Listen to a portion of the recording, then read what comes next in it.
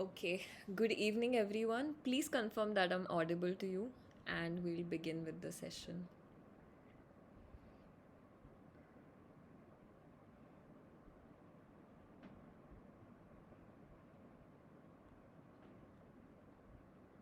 Just text in the group and just confirm that I'm audible.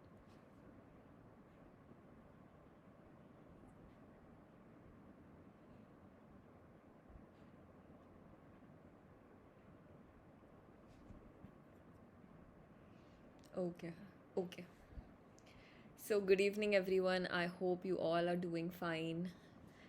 And first of all, two, three things that I want to say. Thank you for all your kind wishes. M P S सीचा पण revised result आला आणि त्याआधी U P S सीचा result आला. I know you all have sent me personal messages on my number also. But sorry, I couldn't reply to each one of you. But thank you so much for all your wishes. It means a lot. Ani, congratulations to all those who have qualified for mains. And for those who could not, they should not give up. There's still time, and you can definitely achieve what you are aiming for. So do not give up. Acha session I'm basically taking for the mains preparation. आणि if I get time, I'll talk about the prelims, but I'll mostly talk about the mains. आणि तुम्ही जे questions पाठवले होते मला, मी ते cover करण्याचा प्रयत्न करणार आहे. So I will go from general studies 1, general studies 2, तसं मी जाईल. आणि मग at the end I will tell you what should you do in the 2 months period that you have, आणि how should you stay calm वगैरे मी ते एंडला I will cover. So today's session is going to be really not a big one. I'll try to keep it small, and I'll give you pointers. So first thing that you asked me for key sources and how to prepare for the particular GS paper. So I'll talk about that. एक तर first is GS1. So हिस्ट्रीवर बऱ्याच जणांनी मला प्रश्न विचारले होते. So हिस्ट्रीचं I would say you all know the sources, but I would want to emphasise on the part that you should not read too many sources. So history is a subject jithe we do not get output, the kind of output that we want, we do not get that because the paper is very very unpredictable. आणि आता तर खूप जास्त unpredictable झालं. So ROI historyचा is bad. You should not invest too much on history is what I suggest. So GS1 मध्ये whenever you are studying GS1, please focus on the geography part more rather than history. So you have to study history definitely, but do not get obsessed with history. So for history, I have already given you the book list, but now I'll tell you specifically like what you should do. So 11th standard ची जी book आहे, that is important. I am sure all of you know that. So do not miss out on the 11th standard book. आणि तुम्ही जर कठारे वाचलेलं असेल तर तेच वाचा, किंवा समाधान महाजन वाचलेलं असेल तर ते वाचा. But do not read too many sources. Now is the time where you have to come down to just one source, or one book that you're reading for each subject. And now is the time where you revise a lot. So revise a lot. Do not read too many books. Just read one book for one subject, one book for each topic that we have in the GS paper. That is one. So me, Samadhan Mahajan, I had preferred. So माझे जे sources होते, they were aligned with my UPSC preparation. So if some of you are preparing with UPSC, I would suggest that you keep reading Spectrum. आणि काही जे Maharashtra specific topics असतील ते तुम्ही समाधान महाजन नाही तर कठारे या बुकमधून तुम्ही ते कवर करायला हवे. बट 11th स्टँडर्डचं जे बुक आहे स्टेट बोर्डचं, that you should not miss. That is one thing I want you to concentrate on in history. So that is about history. जॉग्रफीचं जर बघितलं तर 6th to 12th स्टेट बोर्डचे books you have to read. That is a must. मग 11th आणि 12thचं NCERT. So I had read both the NCERTs. 11thच्या 2 books आहेत, 12thच्या 2 बुक्स आहेत. 12thचं you have to read it very selectively. त्याच्यात ड्वेलिंग्स वगैरे जो पार्ट आहे ह्युमन जॉग्रफीचा, that you have to read.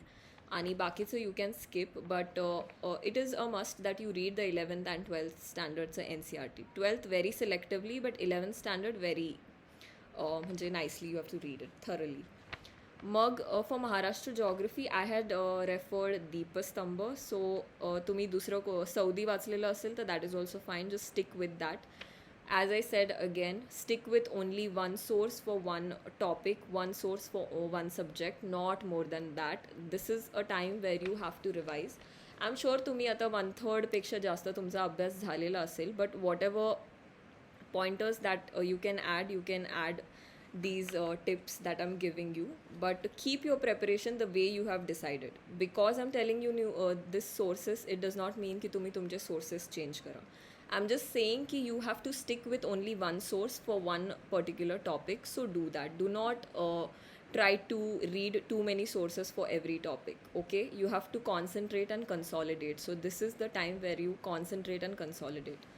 एन्व्हायरमेंटसाठी I had read Shankar IAS, कारण मी यू पी एस सीसाठी ते वाचलं होतं. But I think Shankar IAS is the best when you're reading environment, because it covers many topics आणि thoroughly. So but if you are again reading any other book and you think all the topics of the portion, म्हणजे आपला जो syllabus आहे तो त्यात cover होत असेल, तर do not change your sources at all at this point. Just keep reading your sources. Remote सेन्सिंगवर बऱ्याच जणांनी मला प्रश्न विचारला होता. I have already shared the P D F of remote sensing. I had read that P D F आणि I had revise the previous year papers for remote sensing. So remote सेन्सिंगसाठी मी फक्त ते पी डी एफ आणि previous year पेपर्समध्ये जे remote सेन्सिंगचे questions होते तेवढे मी सॉल्व केले होते. आणि टेस्ट सिरीजमध्ये जर क्वेश्चन्स असतील रिमोट सेन्सिंगचे तर I had done that. So that was my only thing for remote sensing. But if you want a book particularly for remote sensing, तर एक बुक आहे, म्हणजे जे पी डी एफ मी शेअर केलं आहे ते त्याच बुकमधलं आहे, but it's specifically remote sensing. But if you want more detailed तर there is practical work in geography 11th स्टँडर्डची एन सी आर टी आहे. So practical work in geography, practical work in geography 11th standard N C R T. So that you can use for remote sensing. कृषीसाठी मी specifically I did not do anything, but I had read state बोर्डचे books. So if you have read state बोर्डचे books that should be enough. नाहीतर there is one more source, Reddy and Reddy. जर तुम्हाला वाचायचं असेल तर you can refer this book. But I had basically relied on दीपस्तंभ. त्यात जे जे टॉपिक्स होते रिलेटेड टू सॉईल, ॲग्रिकल्चर वगैरे, आणि स्टेट बोर्डचे books. That was my strategy for Krushi. So I think that should be sufficient for you. That is GS1. आता let's come to GS2. So GS1 मध्ये I want you all to focus on the geography part more than the history part.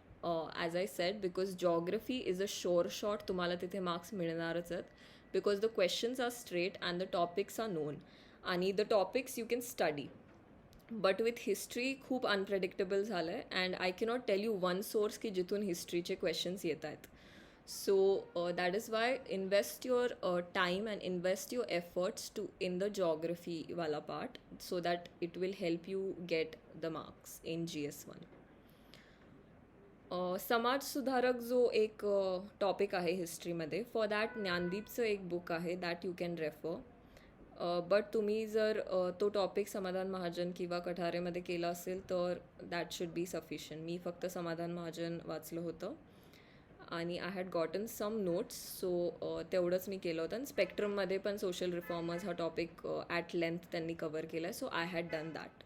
So that is what I am saying की तुमचे जे sources असतील, trust those sources, because on an average all the sources are same. So just concentrate on one source and keep reading that one book only. So that is my suggestion. For GS2, now for GS2, important book is Lakshmikant. Okay, त्याचं काहीच दुसरं alternative नाही आहे. Lakshmikant, you have to read it line by line. Mark my words, you have to read Lakshmikant line by line.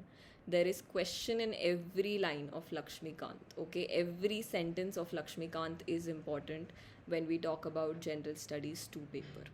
ठीक आहे, so do not miss out the Laxmikanth. आणि लक्ष्मीकांतच्या मागे पण जे क्वेश्चन्स आहेत ते पण सॉल्व करा, that is also important. Governance हा टॉपिक एक आहे, छोटासा टॉपिक आहे, दॅट ऑल्सो त्याचं लक्ष्मीकांतमध्येच त्याचा एक म्हणजे लक्ष्मीकांत एक बुक आहे गव्हर्नन्सवर, त्यात एक दोन त्यांनी सेक्शन्स दिलेले आहेत, ते तुम्ही वाचू शकता. I can specifically tell you the sections, so ते तुम्ही वाचू शकता.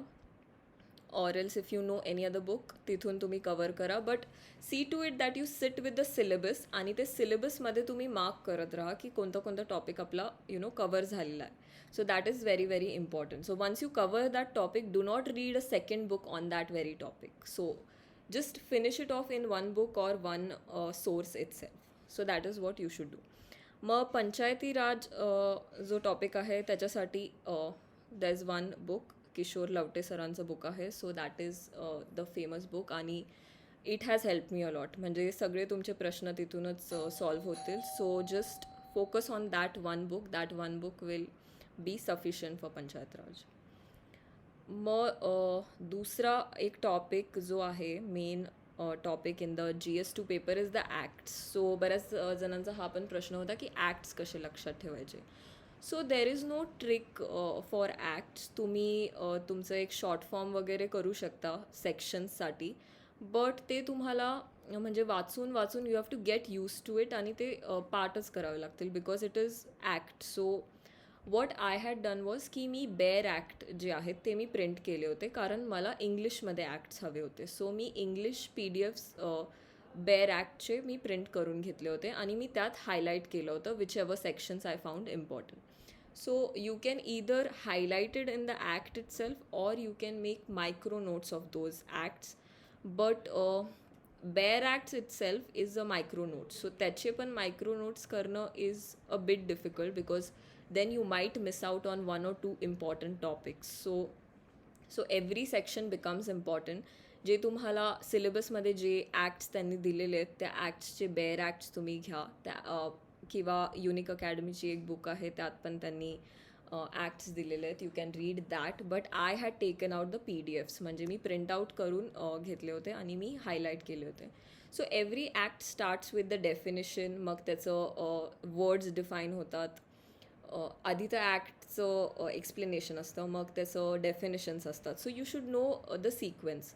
So section 2 is normally the definition. So always remember this. मग सेक्शन 3मध्ये कुठेतरी क्राईम डिफाईन होतो किंवा कोणत्या क्राईमला शिक्षा होणार आहे हे डिफाईन होतं. मग हळूहळू देर आर म्हणजे पनिशमेंट्स वगैरे हे खालच्या सेक्शन्समध्ये येतात आणि अपील्स आणि जे काही कोर्ट्स वगैरे आहेत that comes in the last section. So you should know की ॲक्ट कसा जातो. म्हणजे the flow of act if you know तुम्ही थोडं जज करू शकता की हा सेक्शन कशाशी रिलेटेड असू शकतो. So if it is a section around 20-25 तर it can be related to court or it can be related to appeals.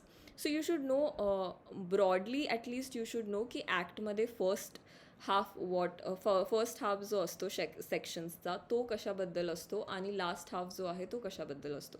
So you can make short forms, but there is no such trick that you wanted for acts. You have to keep reading the acts every now and then. म्हणजे तुम्हाला bore झालं तर just scan through an act. So environment act वगैरे हे बऱ्यापैकी सोपे आहेत. So that should not be a trouble. I think only SC/ST act वगैरे जे आहेत किंवा domestic violence act they are थोडेसे complicated. But all other acts are pretty simple आणि you can just keep reading it every now and then. आणि if you keep reading it every now and then it will be easy for you to remember. So त्यात तुम्हाला जास्त कष्ट घ्यावे लागणार नाही. So do that for the acts. So bare act, reading the bare act itself is the most simple way to go about the acts. So that is what I would suggest.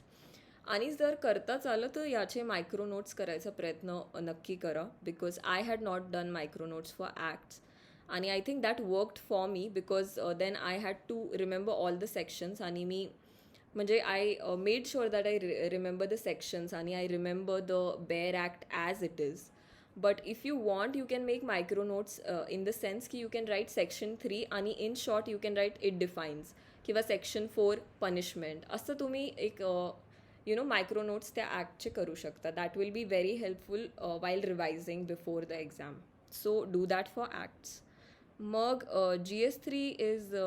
GS3 बद्दल जास्त प्रश्न नव्हते because GS3 is pretty simple. It's human relations आणि human resource development and human relations. So for this I had referred Unique अकॅडमीची book. But you all can refer which ever book that you are referring. बरेच sources available आहेत. So read any book but add current affairs to GS3. So GS3 is very important current affairs wise. So you have to add the recent वाले जे schemes असतील, recent जे काही developments असतील human resource she related, that you have to add in the GS3 paper, because that is how this paper is important. म्हणजे it has current affairs थोडंसं addition to it. So again, GS3 is about health, education, rural development, finance and all. So you have to know all those things. So remember to focus on these topics. म्हणजे health education असेल, एज्युकेशनमध्ये you have to know committees, you have to know IIT कधी form झालं होतं, IIMs कधी form झालं होतं. So these things whichever are there. म्हणजे CSIR कधी फॉर्म झालं होतं, खादी कधी फॉर्म झालं होतं, खादीचं जे कॉर्पोरेशन आहे ते कधी फॉर्म झालं होतं. So these things should reflect in your micro notes. Even when we talk about health, you should remember all the committees which were related to health, किंवा sub centre, primary health care centres, मग sex ratio असेल, किंवा कोणतं district कोणत्या लिटरसीमध्ये कोणतं डिस्ट्रिक्टवरती आहे. The first 5 districts of every ratio that we have, sex ratio असेल, लिटरसी रेट असेल, किंवा अजून काही डेव्हलपमेंटचा कोणता रेट असेल. So you have to have those things in your micro notes. So you have to know the first 5 and the last 5. सो आम्ही याचे नोट्सच बनवले होते. So I had made notes for GS3. You can also do that. So GS3साठी one book which I had followed is Unique Academy. You can follow any book, but I'm telling you my sources and which worked for me, plus current affairs addition. That is what is important here. आता GS4 वर खूप प्रश्न होते. So GS4 I'll talk about at length थोडं. So GS4 मध्ये the basic book that I had followed for agro economy वगैरे was Kolambe सरांचं book. मग इकॉनॉमीसाठी आय हॅड फॉलोड माझे UPSCचे नोट्स. सो माझ्या क्लास नोट्स मला कोणतेही फॉलो करू शकता तुम्ही. विजन असेल, श्रीराम असेल, विच एव्हर. सो मी माझे क्लास नोट्स फॉलो केले होते for the basic economics part. आणि NCERT 12th स्टँडर्डचं NCERT I had followed. So my sources are aligned with the UPSC sources. So त्या हिशोबाने I am telling you. So if there are people who want to read it in English, these are the sources that I followed. But Desle सरांचं पण book आहे, you can follow that. So that is also important. Then other part in this is the budget and economic survey. So I want you all to go through the budget and economic survey, at least the summary. So इंडियाची आणि महाराष्ट्राची you have to do it separately. So मी यूट्यूबवर काही मी lectures attend केले होते. म्हणजे देर are people who will put out economic surveyची summary, they will explain it in detail. So attend such lectures, watch such videos आणि make notes of such videos. So make very very micro notes, कारण economic survey is vast. So पूर्ण economic survey वाचणं is not possible. So always rely for summaries. If you have any summary, कोणत्या क्लासेसनी जर summaries काढल्या असतील तर just read those summaries for economic survey. But for budget, do go through the lectures or go through the budget itself, because budget is not much and you have to do this for India as well as Maharashtra. जो कोणता latest budget आणि economic survey असेल, that you have to follow, so that you cannot miss. So that is one important thing in GS4. The other thing is biotechnology. So biotechnologyसाठी 11th आणि 12th स्टँडर्डची NCERT again important. There is a specific chapter on biotechnology. Only read those chapters. Do not read the whole NCERT. So biologyची G NCERT आहे 11th आणि 12th स्टँडर्डची, त्यात specific chapters असतील on biotechnology. I think एंडला त्यांनी बायोटेक्नॉलॉजीवर chapters दिलेले आहेत. So that you have to read. Only those you have to read. आणि असं काही स्पेसिफिक बुक नाही आहे बायोटेक्नॉलॉजीसाठी दुसरं, which I am aware of. So biotechnology sati you should rely on the previous year papers again. So go through the previous year papers thoroughly, कारण ते जे topics आहेत ना, that are the only topics that will be mostly the topics that will again reflect in your coming exams. So the topics will be somewhere same, on the similar lines. So that is why it is important that you focus on the previous year papers. That is why I'm again and again emphasizing on the previous year papers. So whichever topics, हे जे छोटे छोटे topics आहेत, biotechnology असेल, remote sensing असेल, disaster management असेल, so ह्या टॉपिक्ससाठी what comes handy is our previous year papers, because तिथेच आपल्याला ट्रेंड कळतं की what kind of questions should we expect on biotechnology.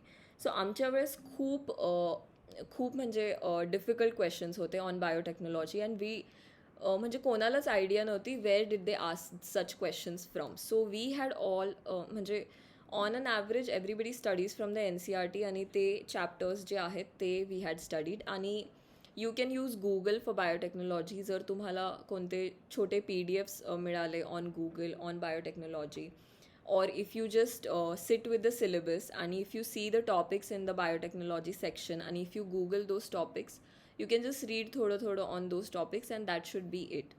So do not waste too much time on biotechnology, because the questions that we had were very very unpredictable. So we can never say ki te konte prashna vichartil. So it's best that you give your 100%, but do not waste time on one small topic, because तुम्हाला दुसरे topics खूप important आहेत आणि तिथून तुम्ही score करू शकता. So you know biotechnologies, I would say NCERT should be enough. If you want you can Google some topics of biotechnology and read it, आणि just rely on the previous year questions that they have asked. ते practice करा, ते topics बघा कोणत्या टॉपिक्सवर त्यांनी विचारलं आहे, कोणत्या कशा प्रकारे त्यांनी बायोटेक्नॉलॉजीचे प्रश्न विचारलेत. So that you can do, analyse that, solve the test papers of different classes, आणि that should be your preparation for biotechnology. So that should be enough for your biotechnology part. आता डिझास्टर मॅनेजमेंटमध्ये they have specifically given you the topics on biotech म्हणजे disaster management. So त्यांनी events पण mention केलेले आहेत, कोणता earthquake कधी झाला होता. So what I had done was, me syllabus घेतला होता, डिझास्टर मॅनेजमेंटच्या टॉपिकवर मी गेले, तिथे त्यांनी जे जे इव्हेंट्स मेन्शन केलेले ते मी गूगल केले, आणि मी 4-5 लाईन्समध्ये मी स्वतः नोट्स काढले त्या इव्हेंट्सवर. So you also have to do this. So disaster management करताना you have to Google some events जे त्यांनी स्पेसिफिकली सिलेबसमध्ये मेन्शन केलेले आहेत. So do not miss out on those things. So make notes of such things, आणि 4-5 लाईनमध्ये just explain that event, and that should be it. म्हणजे if there are earthquake, so you should know अर्थक्वेकचं किती, म्हणजे magnitude किती होतं, intensity किती होती, कसं इफेक्ट झालं, किती लोकांना हार्म झालं, किती इंजरी झाली होती. So all these things on an average you should know, आणि the year of the event happening. आणि for disaster management the current affairs part becomes again important, because करंटमध्ये खूप असे डिझास्टर मॅनेजमेंटचे इव्हेंट्स झालेले आहेत. Even for that matter cyclones असतील किंवा लँडस्लाइड्स असतील. So you should know such things. So for this you have to depend on the current affairs part also for disaster management. So current अफेअर्समध्ये जे काही तुम्हाला disaster मॅनेजमेंटशी related ज्या गोष्टी दिसत आहेत त्या पण तुम्ही कुठेतरी नोट करून ठेवणं, आणि त्याचे थोडेफार फॅक्ट्स नोट करून ठेवणं becomes very very important. Now for disaster मॅनेजमेंटचे basics you can either rely on Google, or if you have any source you can read that. मी माझ्या UPSCच्या प्रेपमध्ये जेवढं केलं होतं मी तेवढंच डिझास्टर मॅनेजमेंटबद्दल वाचलं होतं. But I have always relied on the syllabus. मी सिलेबस आणि असंच मी अभ्यास करायचे. म्हणजे सिलेबसमध्ये I use to read the topic, I use to Google that topic. म्हणजे हे जे छोटे छोटे टॉपिक्स आहेत, न्यूक्लिअर पॉलिसी असेल किंवा इस्रो असेल, हे जे छोटे छोटे टॉपिक्स आहेत in GS4, you have to use Google in this topics. You have to make your micro notes for these topics, because that is how you're going to that is how you will be able to study these topics. There is no other way to study these topics, because specifically you have to cover every line that they have mentioned in the syllabus, and it is important. आता त्याच्यात काही current अफेअर्समध्ये काही developments असतील तर that also you have to add in those topics, so that then it becomes a holistic view of that very topic. Okay. आणि previous year papers, do not forget to refer to previous year papers for such small topics, because this is where you're going to get your knowledge from. So to understand what kind of a question will they ask on biotechnology or disaster management or nuclear policy, you have to refer to previous year papers, at least the last 5 papers. So at least do the last 5 years che papers. That is very very important before you go for the actual exam. English आणि Marathi grammar is another topic that I want to talk about. So for this माझं जे book होतं, I had followed Balasaheb शिंदेचं book, because मला practice, म्हणजे I thought की practice is more important than understanding the concepts. म्हणजे you will definitely understand the concepts from Walambe, तुम्ही follow करायचंच आहे for the concept part. But again, practice for this paper becomes very very important because it tests your time management, it tests how well you're versed with the very topic. So for that you have to know the topic very very well, and त्याच्यासाठी practice is the only key for this very topic. So English and Marathi grammar, practice as much as you can, as many test papers as you can.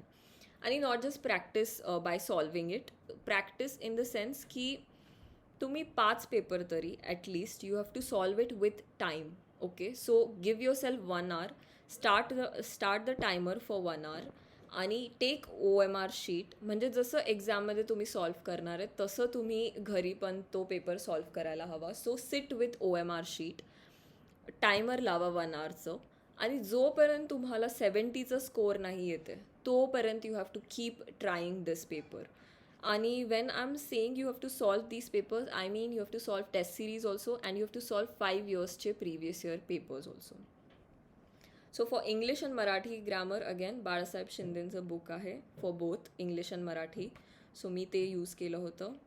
आणि मराठीसाठी you all know, for your concepts you have to rely on वाळंबे. आणि for practicing you have to solve previous year papers, at least 5 papers, आणि मग you can add 2-3 test series चे papers. So with timer, always sit with 1 hourचं timing आणि with OMR sheet, and the way you are going to solve it in the exam you have to practice it here. At least 5 papers you have to practice before the main exam.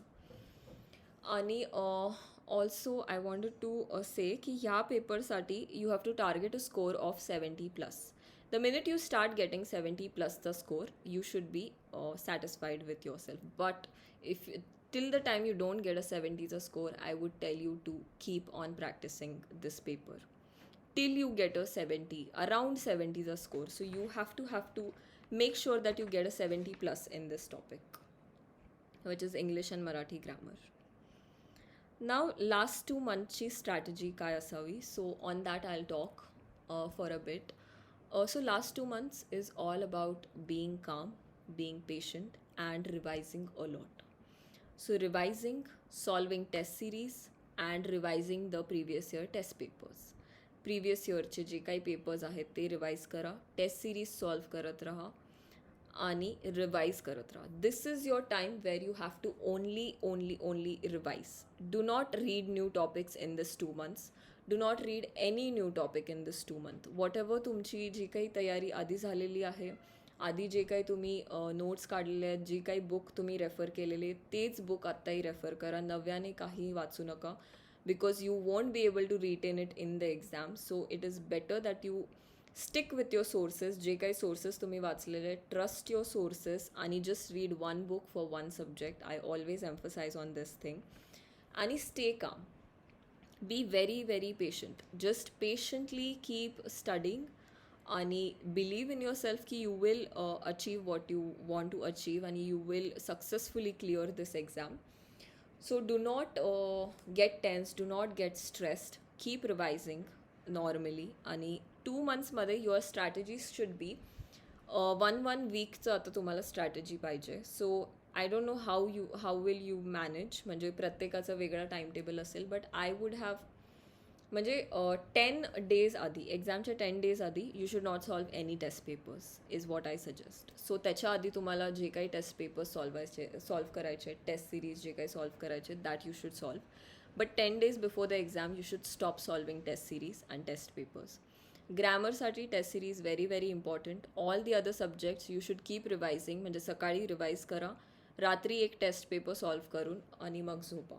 आणि त्याचं analysis करणं is very important. So while analysing the test paper also, see to it की तुमचं score कसा येतो आहे. So if you are scoring म्हणजे try different permutation combination. So 120 questions solve करून बघा. 120 क्वेश्चन्स सॉल्व करून तुम्हाला कसा स्कोअर येतो आहे. 130 क्वेश्चन्स सॉल्व करून कसा स्कोअर येतो आहे. 150 क्वेश्चन्स पूर्ण सॉल्व केले तर कसा स्कोअर येतो आहे. So analyse the pattern of your scores आणि देन ॲनालाइज की तुमचे जे गेस वर्क आहे ते वर्क होतं आहे का. सो विचेवर तुम्ही जे पण गेस वर्क करणार आहे ते तुम्ही एका डिफरंट पेनने करा. म्हणजे do your guess work with the red pen आणि mark those questions with the red pen so that you come to know that your guess work is working or no. So तुमच्या guess वर्कचा जो score आहे that should also be in the positive area. So if you get a positive guesswork, then you should definitely do some sort of guesswork. So हे सगळं तुम्हाला कसं कळेल once you start solving the test papers.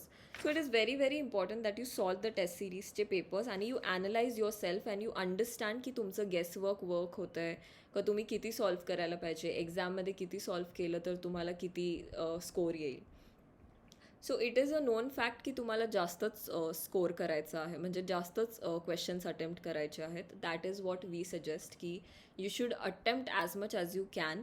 But for that, you should understand how is it working for you, is it not working for you, and for that, it is very important that you do your test series very thoroughly. म्हणजे ते papers जे तुम्ही solve करताय ते analyse करणं पण तेवढंच important आहे. So even if it's taking 2 hours 3 hours, analyse those papers आणि बघा तुम्ही कुठे चुकताय, तुमचं गेसवर्क चुकतं आहे का तुमचं नॉलेज कमी पडतं आहे, रिव्हिजन कमी पडतं आहे, which is the area that you are lacking in, that you should understand. आणि जे चुकलेले प्रश्न आहेत that you should revise again. म्हणजे तुमचे प्रिव्हियस इयर पेपर्स पण रिवाईज झालं पाहिजे आणि तुमचं जे टेस्ट सिरीज आहेत ते पण एकदा रिवाईज झालं पाहिजे. सो एकदा you have to just scan through, तुम्ही जे चुकलेले प्रश्न आहेत ते तरी ॲटलिस्ट बघणं गरजेचं आहे Wien you revise. Now other thing that I wanted to talk about is how to stay calm. So how to stay calm is just believe in your strategy that तुम्ही जे पण करताय ते योग्य दिशेने करताय or you are giving your 100%. The minute you start feeling that you're giving your 100%, you will stay calm. आणि तुमचे जे डेली टार्गेट्स आहेत, reach those targets. If you do not achieve your daily targets you will definitely get stress आणि तुम्हाला tension यायला लागेल. So ते जर तुम्हाला नसेल पाहिजे तर have daily targets, have weekly targets and have monthly targets. So माझ्याशी पर्सनली पण जे लोक बोललेत त्यांना पण मी हेच सांगते की हॅव अ ब्रॉड टार्गेट की तुम्हाला 2 महिन्यात काय काय कवर करायचं आहे. मग narrow it down to week आणि then narrow it down to a day. So daily तुमचे टार्गेट्स जे आहेत ते at least if you cover 80% of your targets you will be calm throughout your preparation. So do not miss out on your daily targets. The day you miss out on your daily targets, you will start getting stressed and you will start getting tensed. So do that to stay calm. And the common mistakes that you should avoid is time management in your descriptive paper. You should know that you just have 3 hours. So तुम्हाला दोन्हीही paper 3 hours मध्ये complete करायचे. So always have your eye on the watch. So always keep looking at the watch, and time management is the most important key in your exam. Second thing that you have to focus on is ki descriptive paper madhe you should know ki pressy writing has to be done in a column that is provided to you, which is in the very front page of the book that is provided to you. So the bookletच्या front page वरच ते column एक provide केलेलं असतं, तिथेच तुम्ही प्रेसी writing करायचं आहे. So this mistake was done by me in my 2018चा attempt. So do not do this mistake because it will cost you a lot. So do not do this. That is one mistake that you should avoid. First thing I told you की डिस्क्रिप्टिव्हच्या पेपरमध्ये also you have to have a time management. The third thing is again ग्रामरच्या पेपरमध्ये सुद्धा time management is very important. So please practice before you go to the exam hall. So practice 1 hour बसून OMR sheet सोबत. Please practice those papers. It is very important. Third thing is do not become nervous in the exam hall. Once you enter the exam hall, just forget about everything else. Just believe in your efforts आणि तुम्ही तुमचं 100% दिलेलं आहे. So just forget about everything else. So that is the very day that you have to perform. So त्याचं pressure नका घेऊ. Just look at it as any other exam आणि just go relaxed. Meditation kara, add an element of exercise in your daily preparation, even if it's one half an hour's a walk, half an hour's a jogging, half an hour's a running, kahi asil, meditation, yoga, whatever is good for your health. It is very very important that you do some sort of exercise during your preparation, because that is how you will stay calm, and that is how तुम्हाला म्हणजे अभ्यास करायला पण you will get energy. So it is very important that you add an element of some physical activity in your preparation while you're preparing. So do that. Ani again, some people had asked me about what mistakes I had done during 2018's preparation, and how did I improve in 2019. So one mistake that I did was about the Pressy writing. I did not write it in the column that was provided for the Pressy writing specifically. So that was the one big mistake that I did. Second mistake, according to me, is की मी ग्रॅमरचा paper बिलकुल practice नव्हता केला. So I was preparing for UPSC, MPSC simultaneously. So I always had problems on concentrating one particular exam. So in 2018, I was not completely concentrating on the MPSC exam. I also had hopes for UPSC.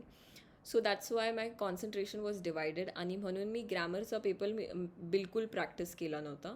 आणि तिथे जाऊन the same thing happened. I missed out on 20 questions in grammar. So 20 questions is like 20 marks straight away gone. So that was another biggest mistake that I did. I did not practice the time management before going to the exam hall. So do not do this. Do not do such mistakes in your main exam. The third thing I think was my attempts were very very less. So in my 2018 च्या attempt मध्ये, in my GS 1, 2, 3, 4 च्या पेपरमध्ये I could attempt only 100 questions. So I could not attempt more than 100 questions. So somewhere my revision was not up to the mark. So that is what reflects. म्हणजे तुमचं जर अटेम्प्टच होत नसतील जास्त, म्हणजे 100च्या वरती जर अटेम्प्ट नसतील होत, तर that means somewhere your revision is lacking and you do not have the confidence to mark more. So that was another biggest mistake according to me that I did. आणि I did not concentrate on the small topics. म्हणजे पंचायती राज मी नव्हतं केलं, bare acts मी नव्हते वाचले. I had just superficially read the acts. मी म्हणजे पाठ करण्याचा पण प्रयत्न नव्हता केला. I had just seen the sections superficially. So हे जे छोटे छोटे टॉपिक्स आहेत, these can actually make a difference in your preparation. So you have to look at these topics as your one mark is important in this exam. So look at these topics की तुम्ही जर यात invest केलं तर you at least have a chance of getting 10 marks. So look at these topics in that sense. So bare acts are very very important आणि मी ते खूप सुपरफिशियली केले होते in my 2018 attempt. So these were some things that I improved on in 2019 attempts. I concentrated on the minute details of the syllabus. So I had a syllabus copy आणि मी त्यात tick करत जायचे. प्रत्येक topic जो मी cover केला आहे, I use to tick it. So I used to tick it with 2-3 different pens. So first revision मध्ये I used to tick it with black. Second revision मध्ये I used to tick it with green. Third revision मध्ये I used to tick it with red. So you can do this. So you should know how many times you have read that topic, so that you are confident in the exam कि you are prepared with the every topic that you had in your syllabus. So that is how you should go about the mains preparation. So covering the mains part was very very important for me. आता पण मी थोडीशी busy आहे, so I won't be able to cover the prelims part today. But for all those who want the prelims guidance for 2022 attempt, I'll definitely take one more session. It will be a same small session of half an hour to 45 minutes. जसं मी आज घेतलं आहे तसंच मी अजून एक session घेईल for prelims preparation and how you should improve in your attempts. म्हणजे बऱ्याच जणांचे असे पण प्रश्न होते की you cannot clear the prelims, म्हणजे prelims खूप टफ जातं आहे. So I will take up those questions in my next session. I'll take it in 1 or 2 daysच. But this मेन्सचं घेण्याचं माझं उद्देश एवढाच की you people do not have time. So I wanted to clarify some of the doubts, and I hope I could clarify some of your doubts. as I cannot take questions, but if still after this, if you have questions, please comment section मध्ये ते questions टाका. I'll definitely cover those topics as well. If I have PDFs with me, I'll share those PDFs. आणि बऱ्याच जणांना agro इकॉनॉमीचं एक doubt होतं, so I have some notes जे मी प्रिपेअर केले होते, म्हणजे माझे notes I share with you all so that you understand how you should prepare the notes also. So बऱ्याच जणांना हा पण डाऊट होता की how should we prepare the notes that we have. So I'll put up my sample notes so that you can understand ki how you should prepare micro notes. Other question that I wanted to cover was about the RTI. So my descriptive paper, I have filed an RTI, and I will get the descriptive paper and I'll be sharing it with on the channel itself. So just be patient. Whenever I get it, I will share it. So I have already shared my first lectureचं recording with you. Second lectureचं पण मी लगेच upload करणार आहे. आज उद्यामध्ये you will get the second lecture also. So recordingsला थोडा वेळ लागला because I was not aware about the editing, so that kind of took time, but I have uploaded it, so all of you who want to go through it can go through it. पुढचे lectures पण I'll upload it in the next coming days. So that was about it. अजून काही तुमचे प्रश्न असतील about mains, I want you all to comment it in the comment सेक्शनमध्ये तुम्ही ते प्रश्न टाका, because today I won't be able to take your doubts because मला अजून एक काहीतरी लेक्चर आहे. So sorry about that, but this was very important that I wanted to cover some of your doubts, and I hope that I have covered some of your doubts. So I'll end this session here, but if you have any doubts, please text those doubts in the comment section. Please post it there and I will definitely take it up. So I've covered most of your doubts. I have given you sources. My book list is available on the channel also. You can go through it. I have pinned it. आणि हे पण जर आजचे जे sources आहेत त्याचं पण I post a photo if you all want, so that you can go through the small टॉपिक्सचे जे सोर्सेस आहेत that you can have a look at. So that was it. That was the main important thing. Again, thank you everyone for all your sweet wishes. It was really sweet of all of you that you all messaged me personally, and you have texted on the group also. So thank you so much for that. And all those preparing for mains, all the very best. I hope all of you get selected. I hope all of you achieve what you're aiming at. And for prelims, I'll be taking a session soon in the next week or coming weeks. So I'll post about it in the group. So just stay active on the group and you'll come to know about the next coming sessions. Thank you everyone for being here.